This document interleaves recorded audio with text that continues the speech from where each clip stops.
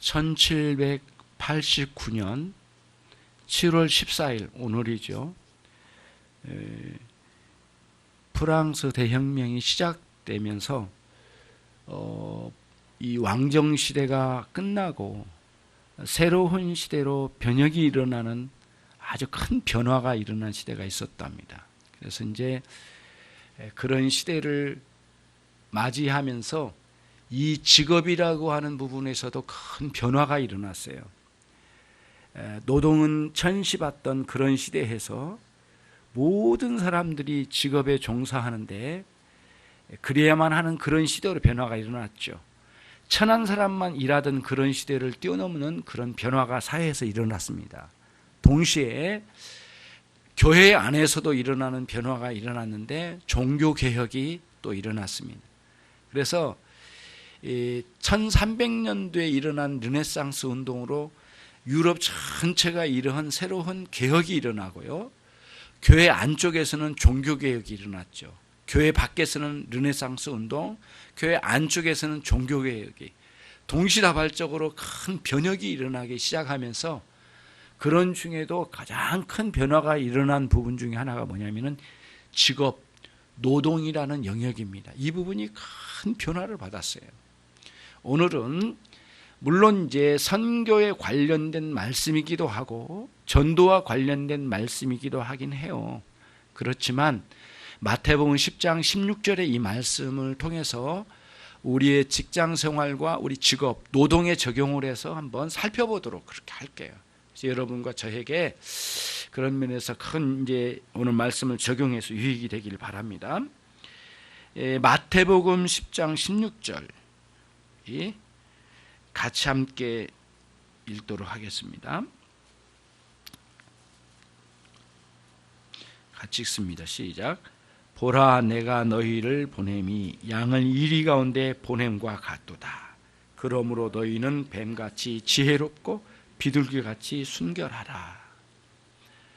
이 말씀은 분명히 선교를 앞두고 주신 말씀이고 실제로 사도의 행전에서 이 말씀대로 그대로 그런 현상들이 일어났어요. 자기 동족들이 또는 이방인들이 이 선교의 현장에 있는 사도들과 그의 속사도 또는 그의 제자들을 핍박하는데 때로는 감옥소에 또는 때로는 죽이기까지 했던 일들이 많이 일어났죠. 그걸 배경으로 해요. 그럼 우리는 또다시 종교개혁이 일어나고 난 이후의 변화가 또 하나 일어났는데 뭐냐면은 각각의 성도들의 직장이나 직업은 그들이 하는 노동은 하나의 성직과 별반 다를 게 없는 거룩한 사역이다라고는 인식을 갖기 시작했어요. 그게 베드로전서 2장 9절의 말씀에 있는 왕같은 제사장으로 불러주셔서 성직자들만 제사장이 아니라 모든 성도들이 제사장과 같은 왕과 같은 제사장으로 불러주시고 그들을 부르셔서 각 직장 노동의 현장으로 파송을 해주신다는 거예요. 그런 방식으로 하나님께서 우리를 깨워주시고 거기에 파송하셨는데 그런 의미의 내용을 깨닫기 시작한 데가 종교개혁이에요. 그런 변화가 이제 1517년 종교개혁을 중심으로 일어났어요. 그래서 여러분들이 나중에 기회가 되면은 루터의 글을 한번 읽어보면은요, 놀라운 거는 노동에 관련된 내용이 참 많아요. 이 사람은 종교개혁을 일으킨 사람이거든요. 종교개혁의 선두 선 사람이에요. 근데 노동에 대해서 굉장한 내용이 나와요. 그리고는 심지어는 사제들이 감당하는 이 성직하고 일반 성도님들이 밖에 나가서 직장에 가서 사업장에서 일하는 것과 동일한 거룩한 직업이다라고 이야기를 하면서 그걸 깨워주는 거예요. 그래서 종교개혁은 노동에 대한 기독교적인 개념을 새롭게 깨우는 굉장한 변화가 일어나기 시작합니다. 고대와 중세까지는 여전히 이제 봉건 사회에서 그 위에서 많은 돈을 가진 사람, 토지를 가진 사람이 사람들을 모집해서 또는 돈을 주고 사서 일을 시키는데 노동은 그 천한 사람이라고 지명된 사람들이 감당하는 거고, 돈 많고 위세가 있는 사람들에게는 노동이라는 가치 없는 일이라고 생각했어요. 그때까지만 해도. 그래서 이런 이 직업을 가지고 일을 하는 그 자체가 아주 천한 것으로 여겼던 시대가 고대로부터 중세까지예요. 그래서 이제 사회 변혁이 시민사회로 확 변혁이 일어나고요. 교회 안에서는 종교개혁이 일어나면서 노동의 가치를 재발견하는 거예요. 그러면서 이제는 저와 여러분이 감당하는 이 직장 생활 있잖아요. 이 직장 생활. 이런 직장 생활에 대한 생각을 새롭게 하는 거예요.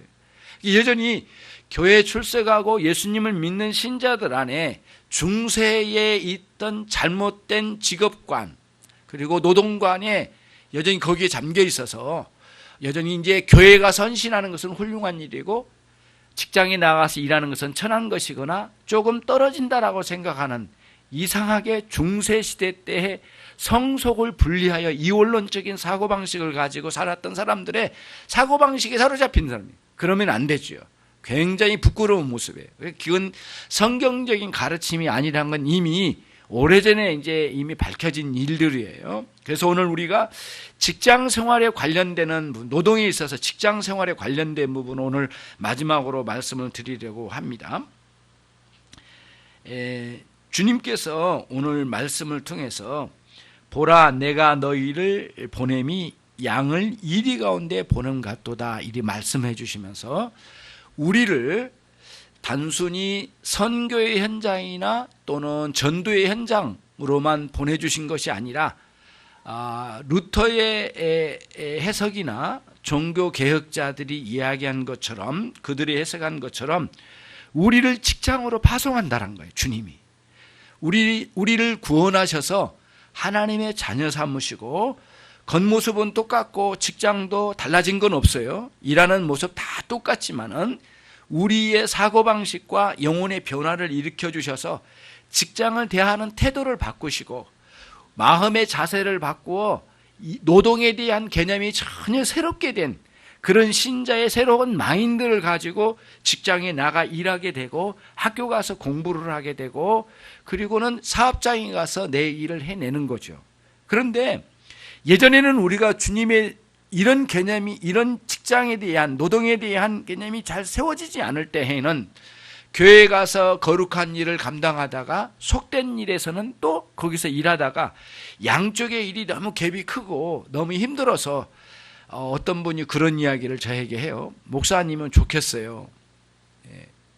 왜냐하면 목사님은 더러운 꼴 안 보고 목사님은 늘 좋은 사람만 만나고 최고의 사람만 만나면서 아주 깨끗하고 훌륭한 일만 감당하니까 라고 말하는데 그거는 몰라도 너무 모르는 말씀이에요. 저도 험악한 꼴을 많이 당하고요.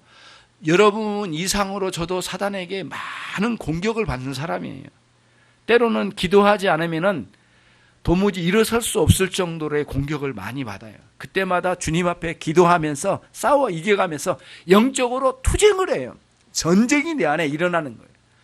저라고 늘 교회만 앉아있는 건 아니잖아요. 저도 밖에 나가고 새로운 사람 만나고 여러 다양한 사람 만나요. 험악한 사람 만나고 욕한 사람도 보고 그리고 차를 운전하다 보면은 막 몰아붙이고 때로는 앞에 세워놓고 욕한 사람도 봤고 다양한 사람들을 많이 만나요. 관공서에 가면은 아주 빈정거리면서 업무 처리해 준 사람도 만나요. 다양한 사람 만나거든요. 똑같아요. 다르지 않아요. 여러분보다도 더 험악한 사람들을 많이 만나고 있어요. 거기에 대해서는 너무 다르게 생각할 필요가 없어요. 똑같습니다. 그러니까 주님을 섬기는 목회의 일이 성직이고 자기 노동의 현장에서 열심히 피땀 흘려 일하는 것은 좀 속된 것이고 라고 하는 생각을 완전히 바꿔야 된다는 거예요. 여러분이 하시는 일, 가정사나 또는 여러분의 직장이나 사업장에서 일하는 작은 일부터 험악한 일들까지 모두가 성직이에요. 성직. 여러분은 어디에 있든지 간에 그리스도인이고 어디에 있든지 간에 성령이 내주하신 성전으로 여러분들의 활동이 영역이 펼쳐져 가면서 있는 거거든요. 그런 차원에서 여러분들이 좀 생각을 바꿔가야 할 필요가 있는 것이에요. 그거를 여러분들이 잘 인식을 새롭게 해 주시기를 바랍니다. 그러면서 이 본문으로 이제 들어가는 거예요. 보내는데 주님이 직장으로, 사업장으로, 노동의 현장으로 우리를 파송하셔요. 근데 주님이 보내실 때 걱정이 많으셨어요. 왜냐하면은 보라, 내가 너희를 보냄이 양을 이리 속으로 보낸 것 같다. 이리 떼가 있는 곳으로 양 한 마리를 보내는 것처럼 보내는 것 같은 그런 느낌이래요. 주님이 얼마나 많은 공격이 있고 험악한 일이 그 안에 있으면 이리 소굴 속에 양 한 마리를 보내는 것처럼요, 그런 느낌으로 보내신다는 거예요. 양의 특징이 있어요. 다른 가축이나 동물하고는 전혀 다르게 양의 특징은 몇 가지가 있는데요, 가축 중에서도 특별히 공격력이 없답니다. 이 양은 다른 것하고는 전혀 다르대요. 그리고 또 수비를 하냐, 수비할 능력도 없어요. 여러 가지 면에서 그래요. 한번 그 양떼 목장 한번 가보세요. 자세히 보면은 좀 똥냄새도 나긴 하지만 한번 자세히 한번 살펴봐요. 다리는 짧고, 다리는 짧고, 내가 양을 너무 비하하는 거 아닌가 모르겠어요. 다리는 짧고 몸은 뚱뚱해요. 그리고 서 있는데 위에가 굉장히 크고 밑에는 이렇게 돼 있어요. 근데 중심이 잘 안 잡혀. 달려가기에는 너무 힘들어요. 그래서 굴러가는 게 더 나을 수도 있을 정도로 다리가 약해요. 무릎이 또 약하답니다. 속도가 없고요. 그래서 많이 걷지를 못해요. 될 수 있으면 안 움직이고 한 자리에서 풀을 많이 뜯어먹는 게 양이기 때문에 그렇게 약해요. 도망가기도 약하고 특별히 또 시력도 약하대요. 그래가지고 앞에 있는 양의 엉덩이만 보면서 움직인대요. 어디를 가다 보면은. 그러는 굉장히 약해가지고 그 목자가 소리 지른 소리에만 좀 민감하고 나머지는 거의 감당이 안 될 정도래요. 그러니까 일이나 곰이나 이런 호랑이나 사자가 들어오면은 도저히 이게 감당이 안 돼요. 먹잇감이죠, 완전히. 가축 중에서도 가장 공격력도 없고 수비력도 없고 도망갈 줄도 모르고 가장 약한 거죠. 목자가 없으면은 보호가 안 되는, 절대적으로 목자가 필요한 가축이 양이래요.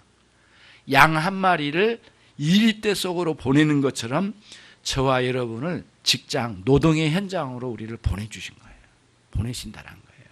주님이 그거를 걱정하시는 거예요. 우리는 이제 그런 거예요. 양같이 연약한 우리들은 오직 주님만을 의지하는 그러한 분명한 의식의, 신앙의 의식을 가지고 노동의 현장으로 가야 되겠구나라는 것이에요.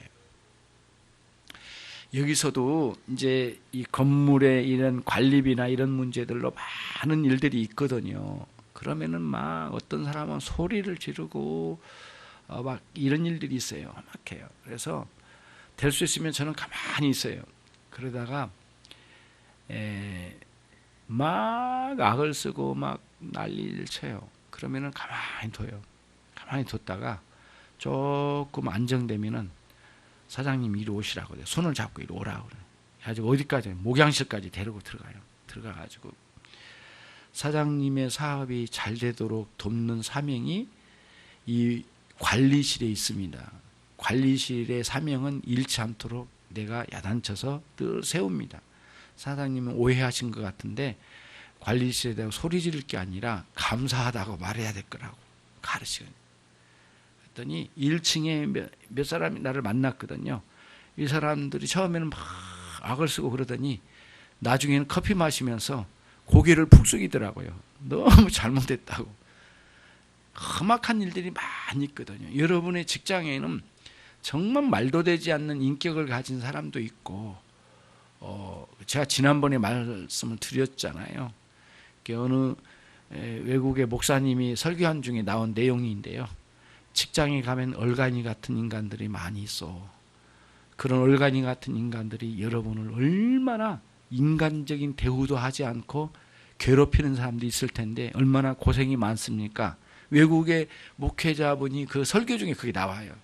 얼마나 힘들면 그런 얘기. 사람을 막 아주 비참하게 만드는 일들이 많고요. 요즘은 그렇게 쉽지 않죠. 이제 법으로 다스려 가니까 가면은 책상을 빼버린 경우도 있고요. 출근했는데 책상이 없어졌어요. 내 자리가.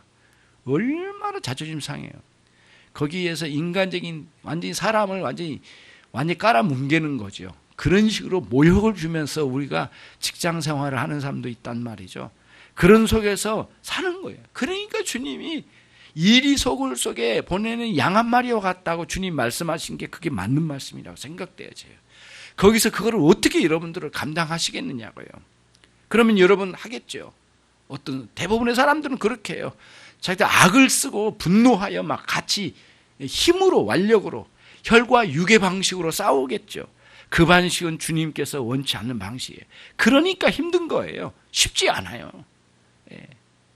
여러분들이 좋은 아이들을 가지고 사업의 제안서를 가지고 올렸더니 여러분의 부장이나 과장이나 윗분들이 차장들이 그 아이들을 가로채가지고 자기 것으로 만들어가지고 CEO에게 올려가지고 진급하고 그런 일들이 얼마든지 있을 수 있거든요. 그런 일들이 많이 있단 말이에요. 이거 뭐 장난 아니죠. 더럽고 추한 성적인 유혹은 말할 것도 없고요. 술과 담배 이런 것들로 공격해 올 때도 한두 번이 아니고요. 요즘은 많이 개선되지만은 더 많이 개선돼야 될 일이 많죠. 그런 험악한 곳에 일대 속으로 여러분들을 보내시니까 거기서 그걸 감당해야 되죠. 아우 이따위 직장 나 필요 없어. 사표 쓰면 그 방식이 주님의 방식이 아니라는 거예요. 그래서 인내하고 오래 참고 감당하면서 이 이리 같은 상황 속에서 이리때 속에서 감당해야 할 일, 내가 할 일이 무엇인가를 깨달아갈 수 있어야 되겠는 거예요. 주님이 그거를 보여주신 거예요. 감당해야 될 일이란 말이죠. 아무렇게나 내 성질대로 버리고 던져버릴 일들이 아니라는 거예요. 그렇다면 이렇게 말씀드릴 필요도 없는 거죠. 일이 만나면 피하고 도망가 버리면 되고 문 걸어 잠그고 밖에 안 나가 버리면 되잖아요. 우리는 그런 자로 두지를 않으셨어요. 물론 기독교 역사에 그런 일이 있어요. 예. 수도원 영성을 가지고 신앙생활하고 하는 사람들이 있었단 말이에요. 기독교 역사에. 예, 이리때 같은 놈들 안 만나겠다. 우리끼리 가가지고 신앙 좋은 사람끼리 모여서 한 구석에 가가지고 이렇게 뭐랄까 담장 치고 아무도 못 들게 하고 높이 해가지고 그 속에 수도원 만들어가지고 거기서 우리끼리 살자. 그런 영성을 가지고 기독교 영성을 오염시키는 세력이 있었단 말이에요. 근데 그게 기독교 역사의 큰 폐단이었어요. 성경은 그렇지 않아요. 주님 오늘 또 말씀하시잖아요. 이리때 속으로 양을 보낸다고. 양 한 마리 보는 것처럼. 그토록 연약한 우리들이에요. 주님 함께하지 아니하시면 연약함이 정말 대단한 그 연약함이 말할 수 없이 연약한 존재라는 사실을 양 한 마리로 비유해 주신 거예요. 그래서 거기에 우리를 보내주신 거예요. 그걸 피하면 안 돼요. 예, 이런 험악한 곳에 나는 안 살겠다. 나는 기독교인으로 깨끗하게 교회에서 살겠다. 심지어 이런 분도 있더라고요. 기독교 직장만 찾는 사람이 있는데 저는 굉장히 싫어요. 그거 굉장히 기독교적이질 않아요. 기도하다 하나님께서 주신 직장을 가는데 험악한 직장도 갈 수 있는 거거든요. 기독교 단체만 찾아가려고 하는 그러한 분들은 내가 볼 때는 좋은 영성이 아니에요. 어둡고 캄캄하고 비리가 있는 곳도 가야 되고 때로는 그래서 밝은 빛을 비춰야 되잖아요. 예. 제가 만난 지체 중에 이런 고민을 제 털어놓더라고요. 여러분 공기업에 다니는 분이었는데요. 너무 힘들더래요. 왜 그러냐면은 공기업에 있는 지금은 안 그럴 거예요. 저 윗사람도 아랫사람까지 공적 자금을 나눠서 먹는 거를 아예 얼마 정도 운영비로 나온대요. 남기면 안 된다고 막 먹기 싫은 음식을 억지로 먹는데요. 예, 밤새도록 술 먹고 그거는 이달 뒤에 다 끝내서 써야 된대. 수백만 원을 막 그렇게 쓰더래요. 안 되니까 나중에는 이 할인권 같은 걸 나눠주더래요. 그 받는데 너무 불편한데 힘들더래요. 그래서 안 받았다고 자기는 안 받았다고 그러더라고. 그래서 다니기 싫다고 그러더라고. 공기업에 어렵게 갔는데도요. 제가 그런 이야기를 했거든요. 개인적으로 막 나는 기독교인이니까 못 받겠어 하고 이렇게 막 던지듯이 이런 식으로 하지 말고 조용히 물리치되 네가 나중에 그 위치에 가서 개혁을 시켜라. 좀 더 기다려라. 마음 아프겠지만 그동안에 너의 힘도 기르고 능력도 기르고 세력도 기르고 해가지고 준비를 잘 해가지고 위에 올라가면 네가 그 위치에 올라가면 그걸 다 없애버려라. 그리고 그걸 제안서를 국가에 한번 해봐라. 정부에 이런 것들을 없애려고 그렇게 하는 게 진정으로 해야 하는 거 아니야. 언제까지 그냥 놔두다가 너 싫다고 버려버리고 나오면 안 되니까. 그래서 지금 그 형제를 좀 달랬거든요. 나는 그게 옳다고 생각해요. 예. 그러면서 우리 그리스도인들이 험악한 이리때 속으로 들어간 것 같은 상황 속이지만 지금은 연약해. 그러나 여러분들이 주님과 함께 잘 능력을 길러서 그 상황, 그 비리가 있는 이런 것을 개혁시키고 올바르지 않는 것을 새롭게 하고 빛이 없는 곳에 빛을 비춰야 되잖아요.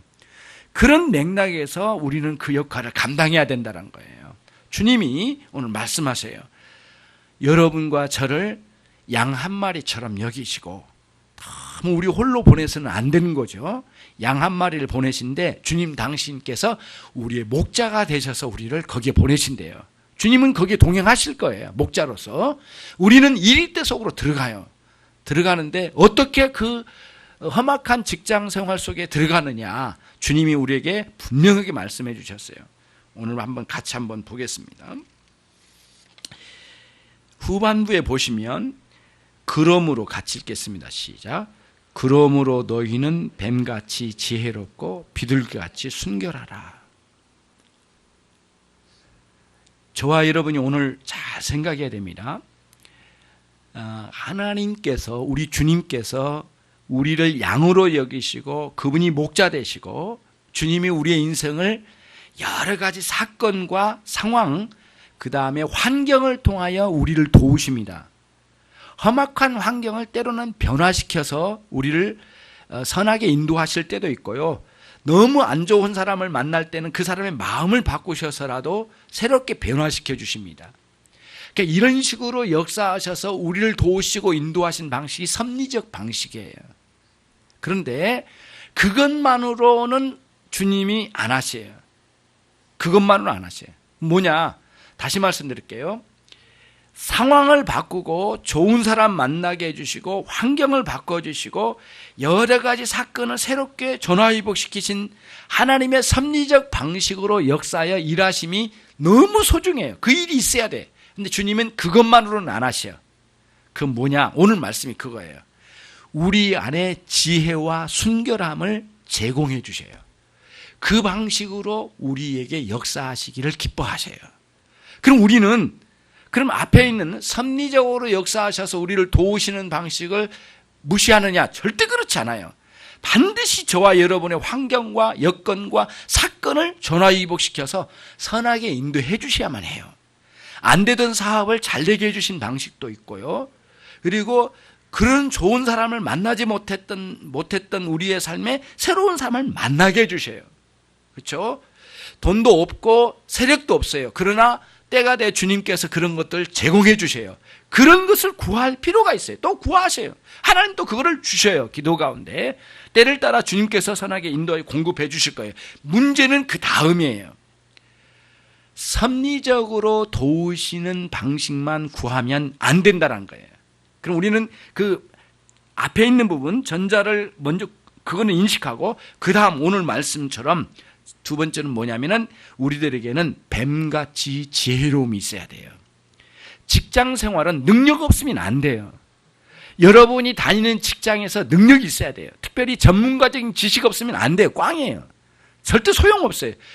여러분이 사장으로 있는데 전문가적인 지식도 없고 그 분야에 능력도 없는데 뭐 하러 씁니까?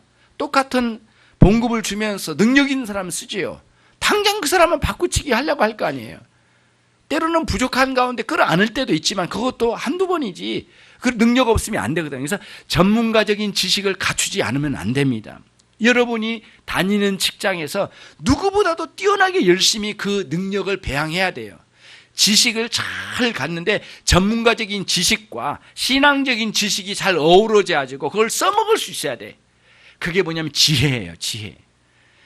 여러분 특별히 뱀 같은 지혜라고 해서 좀 부정적인 느낌으로 다가오잖아요. 그러나 성경에는 물론 뱀이 창세기 3장에서 타락하여 하와를 유혹한 그 동물로 이렇게 등장하기 때문에 뱀을 부정적으로 생각할 때가 좀 많죠. 또 경험적으로 봐서 뱀이 결코 우리에게 좀 호감 있게 다가오지는 않아요. 막 이렇게 다니면서 오는 게 막 너무 막 이 몸이 오싹해지잖아요. 뱀을 만날 때마다. 그렇지 않습니까? 안 그래요? 물론 어떤 사람 목에 걸친 사람도 있는데 도저히 우리는 그럴 수 없어요.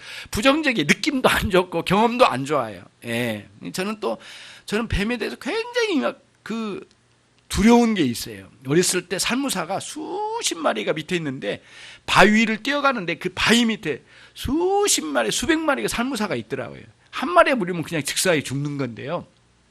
경험이 있어가지고 시골 갈 때마다 뱀이 어디에 있는가 늘 눈떠 보는데 뱀이 부정적인 느낌이에요. 그러나 성경에서는 그렇지 않아요. 하나님이 창조하신 피조물은 본래 선하심에 말씀과 기도로 거룩하여지니라. 디모데전서 4장의 말씀을 주셨잖아요. 뱀도 하나님의 창조하심 속에 있는 존재, 피조물이잖아요. 뱀은 부정적인 의미로 우리가 꼭 생각할 게 아니라 뱀의 특징은 지혜로움이에요. 아주 교활하고 굉장히 뛰어난 지혜를 가지고 있는 동물 중에 뱀이랍니다. 그래서 성경에서 자주 뱀이 그렇게 등장이 돼요. 지혜로운 존재로의 상징적으로 뱀이 등장합니다. 그러니까 긍정적으로 표현을 하신 거예요. 굉장히 지혜롭게 직장생활을 해야 돼요. 예. 바보스럽게 가면 안 돼요. 그러려면 전문가적인 지식이 있어야 돼요. 뿐만 아니라 전문가적인 지식만 있으면 안 돼요. 사람들과의 관계를 잘 이룰 수 있는 지혜가 있어야 돼요. 예. 그래서 일은 네모나게 하는 거예요. 네모나게 한다는 것은 정확히 해라는 뜻이에요. 각이 딱딱 쥐어야 되거든요. 일은 네모나게 해요. 관계는 둥글게 해야 돼요. 예. 관계까지 네모나게 하면은 그 모서리에 많은 사람들 다쳐요. 예. 그리고 한번 다치면 다가오질 않아요. 다가가면 도망가요. 절대 들어오지 않아요. 여러분이 인생에 도망간 사람들을 만났죠. 여러분의 생에 자꾸 도망간 사람 봤죠. 여러분이 각지게 살았기 때문에 그래요. 그럼 여러분만 그럽니까? 저도 그래, 저도. 그런 데가 있어요. 각지게 꼭 일어나면, 각지게 관계가 형성되면은 결국엔 떠나요, 사람들이. 반드시 그런 각진 곳에 다쳤기 때문에 그러거든요. 여러분의 인격의 각진 부분에 사람들이 많이 다친 거죠. 저와 여러분에게. 그렇게 하면 안 되는 거죠. 그래서 전문가적인 지식은 이건 각지게 정확한 지식을 가지고 일을 똑똑 떨어지게 각이지게 일을 딱 끝내고 동시에 우리는 사람들과의 관계를 둥글게 해줄 수 있는 사람들이 돼야 돼요. 이게 지혜거든요. 직장에 다양한 사람이, 성격도 참 별나는 사람이 있어요. 예. 예. 온몸이 다 문신하고 다니는 사람도 있고, 예. 여러분 문신했습니까? 뭐 너무 징그럽고 무서워요. 막. 예. 뭐 이상할 정도로. 예. 문신해가지고 뭐 얼굴에도 한 사람도 있고, 뭐 이마에도 한 사람도 있고, 요즘은 다양한 사람들이 있는데 왜 그렇게 하는지 모르겠어요. 막. 예. 뭐를 보여주려고 하는 건지 무서울 정도로. 다양한 사람들이 있잖아요. 직장생활 이런 인격적으로도 굉장히 다듬어지지 않고 상처를 많이 가진 사람, 배경이 너무 다른 사람 있는 거죠. 그런 사람 하나씩 달래가면서 만나고 관계 형성을 해야 되는데 정말 어렵습니다. 그래서 지혜라고 하는 능력이 배양되지 않으면 직장생활에서 존재하기 어려울 뿐만 아니라 주님도 그걸 요구하셔요. 여러분이 다니는 직장의 사장, CEO만 여러분에게 능력을 요구하는 게 아니에요. 주님도 요구하셨어요. 뱀 같은 지혜가 있어야 돼요. 지혜 있기 전에 지식, 여러분에게 전문가적인 지식과 사람을 잘 다룰 줄 아는 그런 능력, 이런 것들을 충분히 가진 지혜가 있는 사람이 돼야지, 그런 사람이 직장 생활에서 사람들에게 큰 덕을 세우고 사람들이 기뻐하지, 일을 시켰는데 할 줄도 모르고 쩔쩔매고 또 사람들과의 관계도 형성 못하고 늘 윗사람하고 부딪히고 아랫사람을 아무렇게나 대우하고 동료들을 사기치고 막 이런 식으로 가면 누가 직장생활에 거기에 살아남을 수가 어디가 있느냐고요. 절대 그럴 수가 없거든요. 노동의 현장은 지혜가 필요해요. 부지런하면서 지혜로운 사람이 반드시 돼야 됩니다. 이거는 습관과도 굉장히 많은 관계가 있어요. 습관. 습관이라고 하는 것은 자기가 가지고 있는 여러 가지 행동이 반복되면 습관화되고 습관화되면 인격화되거든요. 인격화되면 고치기가 어려워요, 사실은. 무덤까지 가지고 가요. 그런 잘못된 이런 근성들이나 이런 것들이 늘 개선되어지면서 회복돼야 되거든요. 그러니까 교회가 필요한 거예요. 교회는 인격적으로 신앙적으로 훈련의 장소예요. 여러 가지 상황들을 만나요. 그러면서 그거를 극복하고 인내하면서 새롭게 도전하고 내가 새로운 방식으로, 주님의 방식으로 자꾸 다듬어져 가면서 관계 형성을 하고 또 잘못된 것을 용서받고 용서하고 하면서 이렇게 성숙되는 게 교회거든요. 그러면서 주님을 닮아가는 형태로 가야 된단 말이에요. 신앙과 함께 지혜를 가지고 직장으로 들어가야 되거든요.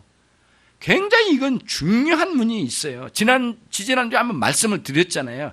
직장에서 사직서를 두고 그만두려고 하는 사람들의 대부분의 내용은 그때 저희가 이제 통계를 내본 게 뭐 거의 한 40몇 %까지 올랐다고 그래서 제가 말씀을 드렸잖아요. 41% 이상 정도 된다고 했잖아요. 그 사람들이 어떻다고 했어요? 사람과의 관계 때문에 자기는 직장 그만둔다. 물론 뭐 연봉의 문제도 있지만은 결정적으로 직장을 그만둔 사람 대부분은 사람과의 관계였대요. 그러니까 여러분, 관계의 문제예요. 그리고 여러분 중에 혹시 나는 직장에 가는 곳마다 싸웠어요. 그러면서 그 죄에다 붙인 게 뭐냐면 나는 정의롭거든요. 나는 옳거든요. 근데 제가 보기에는 네모나게만 살았을 가능성이 많아요. 둥글게 해야 되거든요. 어떤 부분은 둥글게 하는 방법이 없기 때문에 사람들과 가는 곳마다 부딪혀요. 예. 직장을 자주 옮겨야만 하는 이런 상황이라면 안 돼요. 그렇지 말아요. 여러분들이 개선돼야 됩니다. 이런 부분을 잘 여러분들이 들으시고 뱀같이 지혜로운 사람이 돼야죠. 예. 정말 그렇게 뛰어나게 그렇게 여러분들의 노동의 현장에서 정말 새롭게 되기를 바랍니다. 두 번째, 주님 주장하신 거예요. 두 번째, 주님은 첫 번째에서는 지혜를 말했는데 그 지혜는 전문가적인 그 노동의 현장, 일의 현장에서 감당해야 될 전문가인 지식과 신앙 지식이 같이 가야 된다. 신앙 지식은 오늘 빼고 말씀드렸습니다. 두 번째로 넘어가면 뭐예요? 비둘기같이 뭐라고요? 순결함이에요. 깨끗함이에요. 정직함이에요. 순수함이에요. 요거를 누려야 돼요, 여러분이. 일 잘하는데 뇌물이나 받아먹고 이렇게 가면 이제 안 되는 거죠. 큰 문제가 되는 거죠. 사람을 속이고 안 되는 거죠. 예. 윗사람 아랫사람 자꾸 뒤에서 냄새나는 그런 삶을 이 직장 생활에서 한다면 안 되는 거죠. 그런 면에서 아주 투명하고 깨끗한 면을 가지고 나가는 거죠. 순결해야 돼요. 여러분, 기독교인의 삶에서 능력은 아까 지혜에서 나오지만은 진짜 지혜를 떠받치는 거 뭐예요? 순결함이에요. 많은 사람들이 그토록 공부를 많이 하고 대단한 지혜 가지고 하루아침에 추풍나기처럼 떨어진 사람들 보세요. 순결함의 상실 때문에 그래요. 이성의 문제, 돈의 문제, 예? 그렇죠? 오늘날은 뭐 더 그래요. 많은 걸 요구해요. 술 먹고 운전했다가 완전히 나가 떨어질 거예요. 더욱더 강화될 겁니다. 담배도 함부로 피울 수도 없는 시대. 이제는 술 한 잔도 제대로 할 수 없는 그런 시기가 될 거예요. 더 많이 강화될 겁니다. 계속해서 이렇게 오거든요. 근데 우리는 그런 게 아니에요. 그 수준을 뛰어넘어요. 도덕적인 순결함 이상으로 신앙적으로 순결함이에요. 우리의 순결함은 어디에서 나오냐? 하나님을 사랑하는 사랑에서 나와요. 주님을 사랑하기 때문에 마음의 청결한 자는 복이 있나니 라고 말씀해 주셨잖아요. 주님. 그 마음의 청결함은 하나님의 사랑으로 가득 찬 상황이라고 말씀을 드렸어요. 우리들이 하나님의 사랑으로 가득 채워져야 돼. 그러면서 감당을 하는 거예요. 그러면서 주님께 충성을 다하는데 사장에게 충성을 다하는 게 아니라 하나님께 충성을 다하는 거예요. 우리 한번 찾아가 보겠습니다. 에베소서 6장입니다. 모두 한번 찾겠습니다. 같이 읽도록 하겠습니다. 에베소서 6장 6절로 7절이에요. 눈가림만 하여, 거기서부터 읽겠습니다. 시작. 눈가림만 하여 사람을 기쁘게 한 자처럼 하지 말고 그리스도의 종들처럼 마음으로 하나님의 뜻을 행하여 선한 마음으로 섬기기를 죽게 하고 사람들에게 하듯 하지 말라. 굉장히 중요한 면이 있죠. 눈가림으로 사람들이 보는 앞에서 사람들에게 보기 좋게만 하려고 하는 것은 세속의 방식이에요. 불신앙의 방식이죠. 우리 살짝 이거는 우리로서는 이게 가식적이잖아요. 외식적인 신앙생활의 그런 것들이잖아요. 외식적인 삶이죠. 우리는 이런 삶을 가정스러운 것으로 보는 거예요. 왜냐하면 하나님 앞에 투명하게 어디서나 남들이 보건 안 보건 정말 하나님 앞에서 섬겨가니까.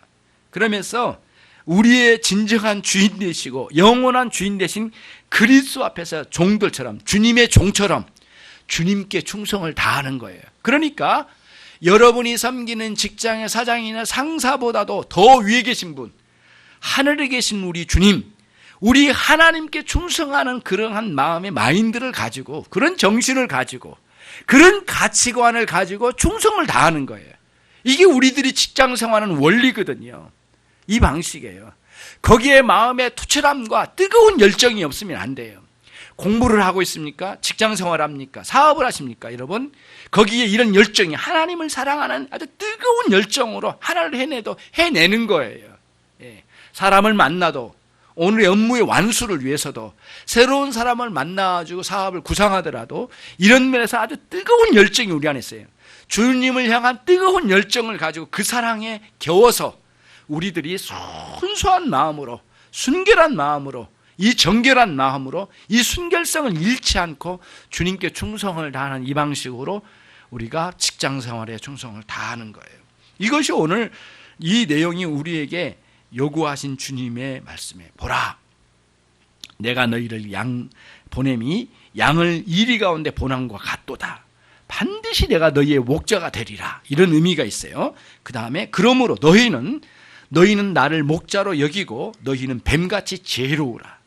이 지혜는 전문가적인 지식과 사람을 다룰 줄 아는 지식, 지혜, 그 다음에 신앙적 지식을 잘 어우러져서 조화를 이루어 가야 되고, 두 번째는 그 뒤에 나오는 순결함, 모든 일에 있어서 깨끗하고 정결함을 가지고 갈 때에 여러분의 능력이 큰 빛을 발하는 거지, 만약에 능력은 참 뛰어나지만은 순결하지 않아, 깨끗하지 않아, 그러면 이거는 이 능력이 쓰이는 게 악하게 보여질 거예요. 혐오스럽게 느껴질 거예요. 그러면 안 되죠. 반드시 이 두 가지의 기둥을 잘 세워서 혼돈하지 않고 여러분의 직장 생활이 늘 새로워지기를 바랍니다. 우리를 부르신 하나님을 알아가는 삶이 돼야 되겠어요. 우리 주님이 우리를 죄에서 구원하신 것처럼 이제는 신자로서 혼돈스러운 직장 생활을 종식시켜야 돼요. 그리고 우리가 구원받은 신자로서 단순히 돈 벌기 위한 직장 생활이 아니에요. 이제는 먹고 살기 위한 수단으로 직장 생활을 해서는 안 되겠어요. 우리는 나의 정체성을 이 직장 생활에서 발견해야 돼. 내가 누구인지, 주님이 보내신 한 마리의 양이다 라고 하는 인식을 갖는 거예요. 그런데 그때 양은 누구예요? 누구를 전적으로 의존해요? 목자를 의존해. 그분이 나를 붙들어 주시리라. 그리고 험악한 상황에서도 이 이리떼에게 먹히지 않고, 뜯어먹히지 않고 아주 강하게 내적으로 두 가지를 갖추는데, 지혜와 순결함 두 가지를 철저하게 갖춰서, 우리의 싸움은 육과 혈에 관련된 것이 아니라고 그랬어요. 우리의 싸움은 영적인 싸움이니까 혹시 육적으로 덤벼들지라도 우리는 육적으로 대항하지 않고 온유함과 오래참과 모든 견딤으로 진리와 함께 그 모든 것을 감당해 나가고요. 그 다음에 우리의 내면 깊은 곳으로는 우리가 주님을 아는 지식과 전문가적인 지식과 거기에서 뛰어나고 또 한 가지 순결함을 소유해서 그 모든 상황을 극복할 수 있는 한 마리의 양으로서 거기에 파송됐다 이거예요. 이런 원리로 우리가 열심으로 살아갑시다. 그리고 여러분이 살아간 그 자리는 언젠가는 누가 여러분들을 보여주실 거예요. 하나님이 인정하실 거고, 그리고 사람들이 먼 훗날은 여러분이 앉았다 간 그 자리를 그토록 그리워할 거예요. 멀리 떨어져 있으면 여러분을 그리워한 사람들이 많아야 되잖아요. 이렇게 지혜와 순결함 두 가지를 잘 갖춰가는 여러분의 생애의 뒷모습은 언제나 수많은 사람들이 그리운 사람으로 남게 될 줄로 믿습니다. 반드시 그래야 되겠죠. 네, 감사합니다. 오늘 아침에 차량 운행하는데요, 그 우리 한양수에 사신 분 누구신가요? 한양수에 일하시는 그 경비 보시는 분이 막 차에 뛰어오시더라고요. 그래서 깜짝 놀라서 내가 뭐 잘못한 줄 알고, 열린교회 목사님이냐고 그러더라고요. 그 어떻게 하셨냐고 그랬더니, 차에 써져 있네요 그러더라고요. 그래서 그러시냐고 그랬더니, 왜 그러시냐고 그랬더니 목사님 설교에 은혜를 받았대요. 그래서 그래요? 홈페이지에 들어오셨나요? 그리고 물어봤더니 뭐라고 하신 줄 아세요? 아니에요, 산상수훈 책자를 주었대요. 그 어디냐면 한양수 거기에 주었대요. 그래서 분명히 두 가지예요. 이제 한양수에 사신 분 중에 한 분이 그 산상순 책자를 우리 교회에서 만들어가지고 공부를 한 거거든요. 근데 다 끝났으니까 이거를 재활용이다 버린 거나 한 가지, 또 하나는 가다가 잃어먹을 거예요. 둘 중에 하나인 것 같아.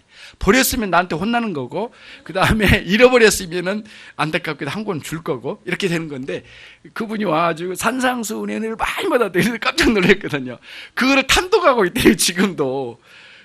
당신은 이제 감리교단에서 이제 신앙생활을 하고 계시는데 너무 은혜롭고 너무 좋대요, 이 말씀이. 그래서 깜짝 놀랐는데, 여러분 그렇게라도 흘려주셨으면 좋겠고 그 다음에 삶을 살면서 여러분의 삶이 산상수훈처럼 이렇게 그리운 사람이 좀 되고 그렇게 했으면 좋겠어요.